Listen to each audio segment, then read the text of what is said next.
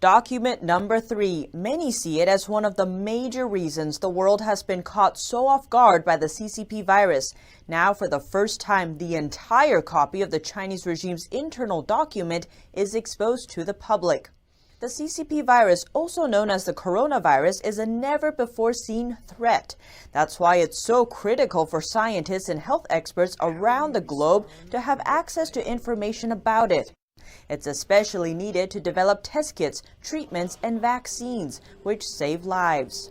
But since the start of the outbreak, that data has been scarce. The outbreak has now developed into a global pandemic and has killed over 100,000 people outside of China.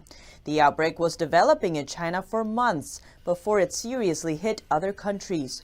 So why was the data so limited? One document issued by the Chinese regime appears to explain. This version was obtained by Taiwanese media The Journalist, or Xinxinwen, on Wednesday. A portion of the document was also quoted in a bombshell report by Chinese media Caixin, as well as by a website run by the local government of a Chinese province. But no one really knows what it looks like. Its content reveals why the world knew so little about the virus until it was too late. The document was sent to local health officials on January 3rd. It ordered that, quote, those institutions or individuals who have already obtained the biological samples of the virus from relevant medical and health institutions should immediately destroy the samples or send them to a depository designated by the state. The document also demanded that without permission, no one should offer biological samples or relevant information about the samples to any institution or individuals. Lastly, it required that during the outbreak control period, no institutions or individuals should publish any information about pathogen testing or any lab results related to the virus.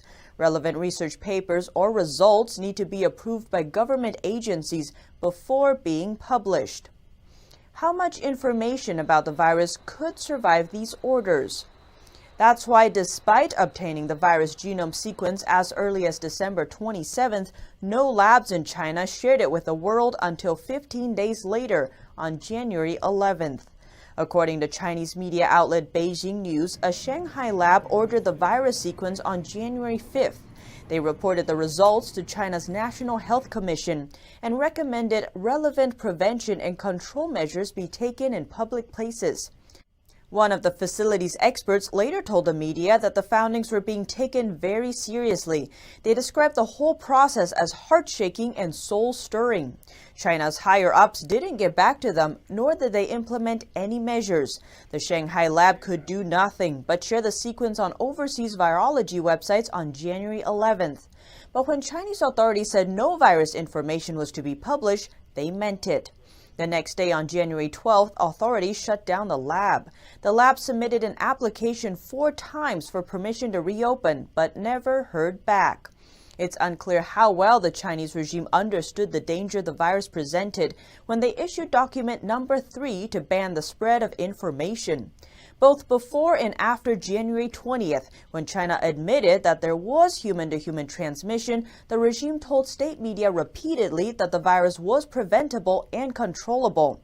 As of Wednesday, over 2 million people outside of China have contracted the virus.